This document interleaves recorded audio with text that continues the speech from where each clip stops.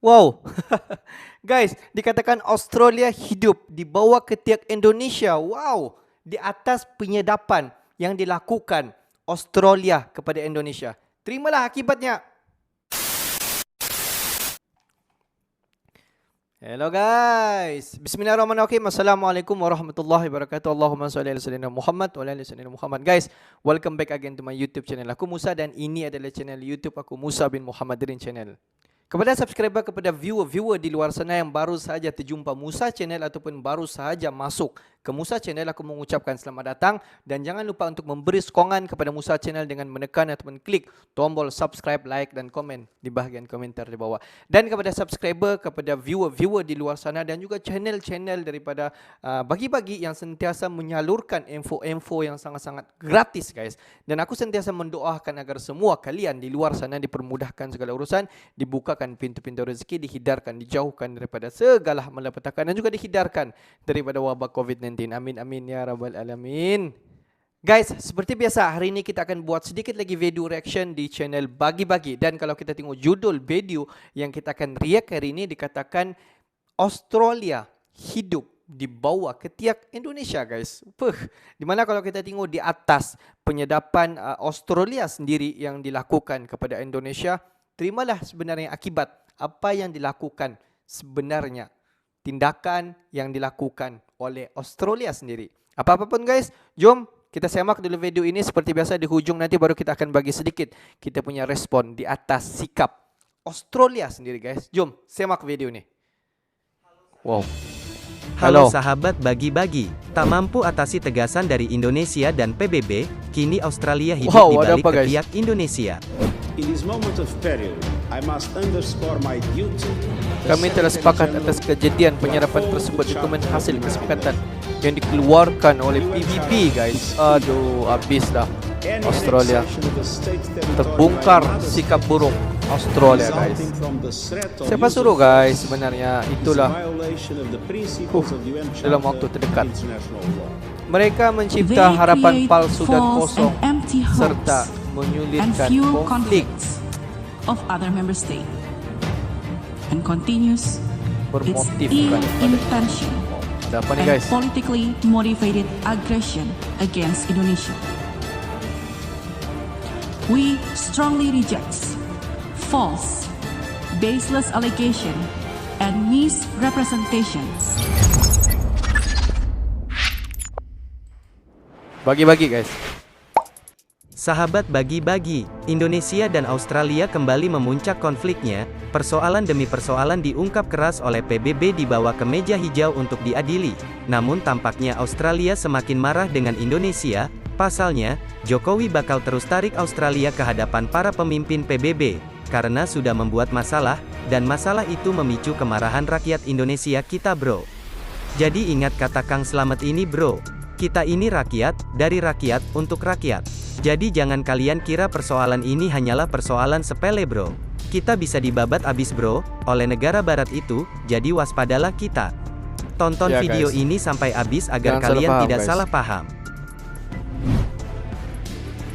Sahabat Bagi-Bagi, bocoran informasi dari Edwards mengenai penyadapan yang dilakukan Australia, membuat Indonesia memanggil Dubes Negara untuk mengklarifikasi hal itu. Dengan kemajuan IT, penyadapan itu makin mudah karena peralatannya makin canggih. Saat ini, penyadapan itu dilakukan secara luas bukan hanya antar negara, tapi malah terjadi di dalam negeri kita itu sendiri. Sahabat Bagi-Bagi, sudah saatnya perlu ada hukum yang mengaturnya. Sanksi dalam negeri antara lain, dalam kejahatan bidang IT atau cybercrime.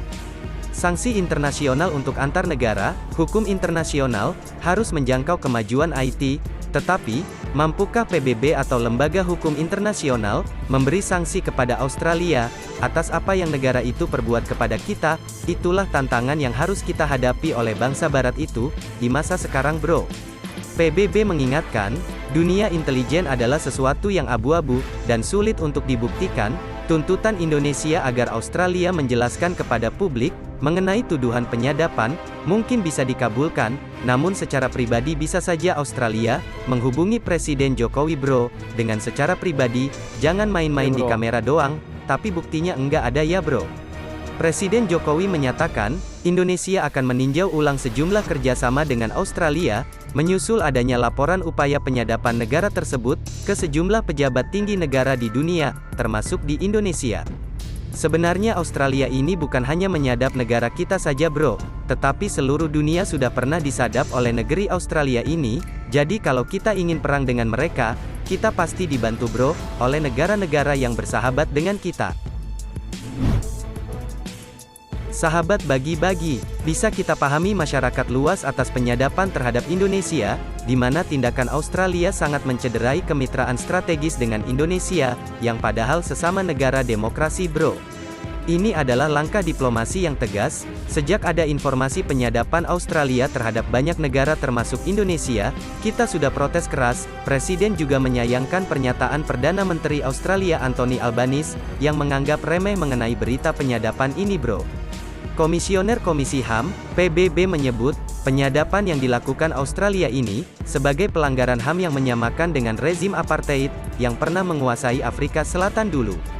Isu penyerapan data negara sudah sangat mengkhawatirkan dunia, dan juga mengkhawatirkan privasi terhadap pejabat-pejabat kita bro. Dilanggar dan juga menerangkan dunia harus bersatu melawan penyadapan, harus serupa juga sempat dilakukan di saat dunia bersatu, melawan rezim apartheid, aksi bersama dapat menggantikan pelanggaran HAM yang serius. Semoga para pemimpin PBB kita mendukung kita bro. Apa untung dan ruginya ya bro, jika kita, Indonesia putuskan hubungan diplomatik dengan Australia, bukankah dia yang butuh kita dengan Sang Garuda Indonesia ini? Sahabat bagi-bagi, Jokowi yang sudah tahu kalau Australia pasti akan begitu mengatakan. Seperti yang sudah sering saya sampaikan, bahwa konstitusi kita memberikan ruang untuk menyampaikan aspirasi. Tetapi kalau sudah masuk pada pelanggaran hukum, saya pastikan Itulah guys, akan pelanggaran hukum nih sebenarnya. menegakkan hukum tahu lah dengan guys. tegas. Menteri Koordinator atau Menko Bidang Kemaritiman dan Investasi, Luhut Binsar Panjaitan, mengatakan pemerintah saat ini meningkatkan hilirisasi dan juga digitalisasi produksi dalam negeri ke dalam e-katalog. Kalau Australia sampai mengganggu tentang hilirisasi, maka PBB akan memutuskan bahwa Australia adalah negara yang meniru rezim apartheid. Rezim apartheid Yang politik teruk lah. ini bermula dari ekspansi bangsa Barat di wilayah Afrika Selatan, yang runtuhnya setelah adanya perlawanan African National Congress atau ANC. ANC adalah partai politik yang dibentuk untuk mengalahkan dominasi politik kulit putih pada tahun 1952 di bawah pimpinan Nelson Mandela. Walaupun kejadian tersebut sudah sangat lampau, kita jangan mengira kalau rezim itu sudah musnah di muka bumi ini ya bro, karena masih ada pelakunya yang masih hidup, yaitu negara-negara barat itu bro.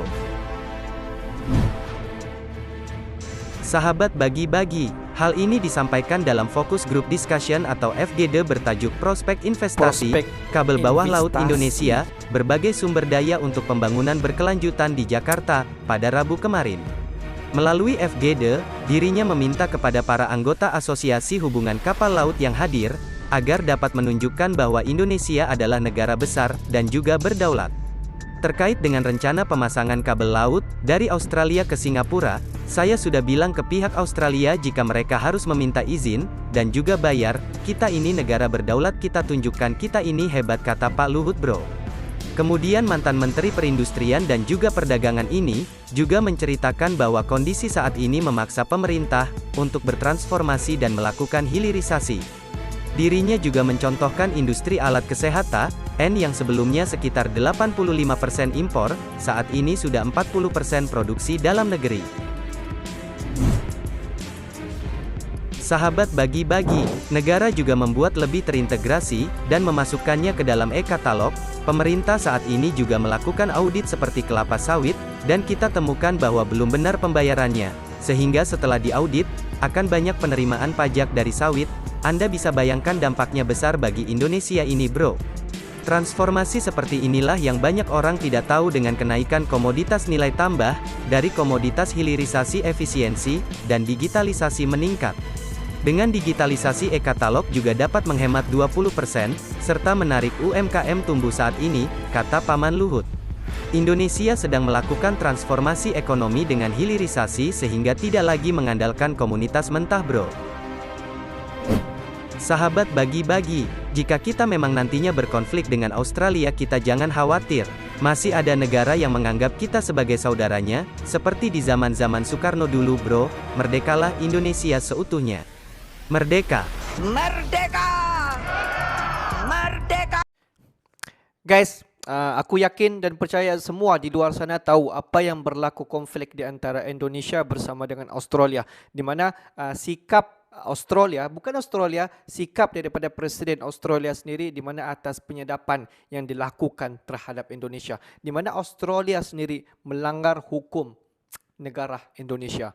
Kalau kita tengok mana-mana negara di dunia ini mesti mereka tidak suka guys dengan dilanggarnya hukum negara-negara. Dan kalau kita tengok apabila dilanggarnya hukum negara-negara ini, mestilah negara-negara itu memberi tindak balas di atas penyedapan yang dilakukan.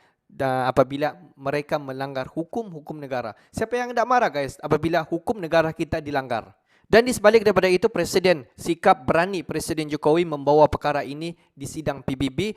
Dan apabila pihak Australia mengetahui bahawa Indonesia akan membawa perkara ini di PBB, mulalah Australia akan menggugat Indonesia sekiranya Indonesia membawa perkara ini di PBB. Kalau kita tengok, walaupun PBB ini diketuai oleh Amerika Syarikat, di mana Amerika Syarikat ini sekutunya kepada Australia, tetapi apabila perkara ini dibawa ke sidang PBB, adakah perkara ini akan diambil serius sendiri oleh PBB? Apakah pendapat kalian semua? Sebab kita tahu Indonesia memainkan peranan yang paling penting di dalam PBB dan juga di dalam G20. Jadi tidak mustahil mata-mata dunia akan fokus ke dalam Indonesia dan akan membantu Indonesia. Itu tidak mustahil. Tetapi dalam masa yang sama juga banyak negara-negara yang akan membantu Australia. Tetapi dalam perkara ini, adakah negara-negara itu akan terus membantu Australia? Walaupun sebenarnya Australia ini memang bersalah dalam hal ini. Pendapat kalian bagaimana? Okeylah guys, untuk hari ini sampai di sini saja sedikit information daripada Musa Channel, dan kepada subscriber, kepada viewer di luar sana yang belum lagi klik button subscribe, please guys to klik button subscribe, like dan komen di bahagian komentar di bawah. Akhir kata daripada Musa Channel, thanks for watching my video. Assalamualaikum warahmatullahi wabarakatuh. See you the next video.